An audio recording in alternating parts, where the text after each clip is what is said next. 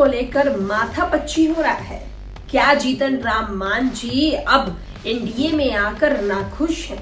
क्या जीतन राम मांझी एनडीए के सीट बंटवारे के फैसले से नाराज है? आखिर अब ये सवाल इन दिनों बिहार की राजनीतिक गलियारों में क्यों उठ रही है? चिराग पासवान भी लगातार एक के बाद एक बयान देते हुए नजर आ रही हैं। वहीं दूसरी ओर जीतन राम मांझी ने भी साफ साफ कह दिया है कि 20 सीट से कम वो लेने वाले नहीं है। अब सवाल उठता है कि अगर एनडीए के ये छोटे छोटे दल इतनी सीट ले जाएंगे तो फिर बीजेपी और जदयू के हाथ में क्या रह जाएगा? दरअसल बिहार विधानसभा चुनाव को लेकर एक तरफ जहां महागठबंधन एड़ी चोटी का जोर लगा रहा है, तो वहीं दूसरी ओर एनडीए भी पीछे नहीं है। एनडीए के जितने भी घटक दल हैं वो लगातार प्रचार प्रसार कर रहे हैं, आम जनता के बीच जा रहे हैं, आम जनता से रूबरू हो रहे हैं।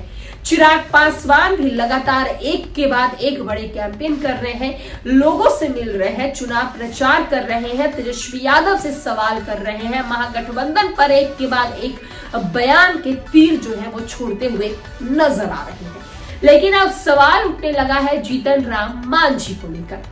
मांझी ने कुछ ऐसे बयान दिए हैं जिसके बाद अब ये सवाल उठने लगा है कि क्या एनडीए में भी सीटों को लेकर माथा फुड़ौल चल रहा है, यानी कि एनडीए के भी जो दल है वो सीट बंटवारे को लेकर नाखुश है, नाराज नजर आ रहे हैं।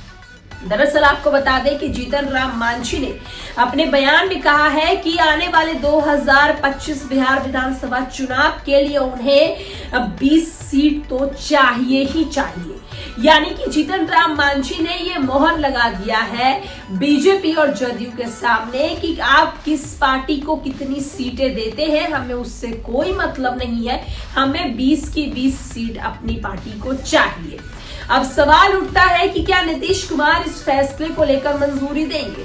क्या बीजेपी इस फैसलों को लेकर मंजूरी देने वाली है? क्योंकि 2025 बिहार विधानसभा चुनाव को लेकर एनडीए कहीं ना कहीं कुछ इस तरीके से प्लानिंग प्लॉटिंग करना चाहती है ताकि उन्हें कम से कम सीट का नुकसान हो, ताकि 2025 के जब रिजल्ट सामने आए तो एनडीए के पक्ष में आए। अब ऐसे में जीतन राम मांझी ने मांग कर दी है।